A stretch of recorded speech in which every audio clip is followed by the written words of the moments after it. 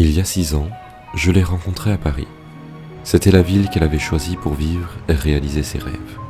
Elle dégageait une certaine froideur, non pas une distance innée, mais plutôt un sang-froid, cultivé seule pour survivre dans un pays étranger.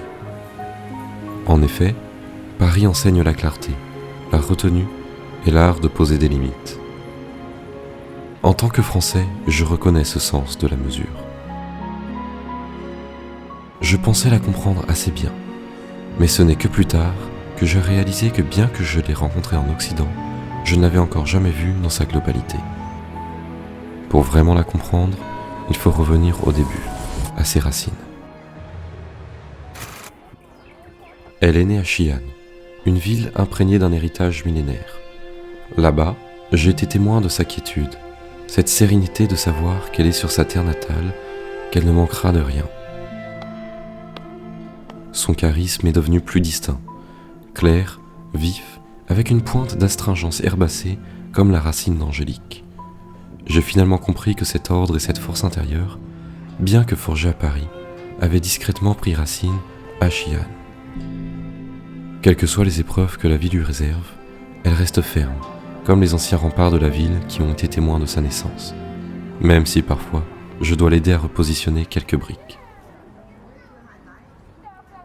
À l'âge de 2 ans, elle a déménagé à Shanghai, une ville qui comprend l'opulence, où le glamour vintage se mêle au style moderne.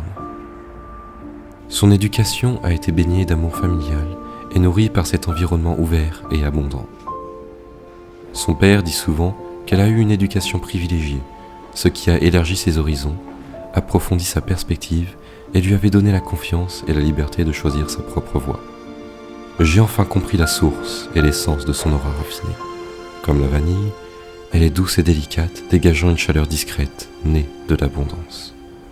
C'est précisément tout cela qui la rend si captivante. Son charme est profond et riche, à l'image de ses origines et de ses destinations. Nous en sommes à notre 6e année ensemble, et je sais qu'elle ne s'arrêtera pas, mais continuera d'aller de l'avant. Chaque nouvel endroit révèle une autre facette de son caractère. Elle peut être froide et distante, ou chaleureuse et accueillante. Elle vit en France, mais a grandi en Chine. Et moi, après l'avoir rencontrée en Occident, j'ai commencé à vraiment la comprendre en Orient.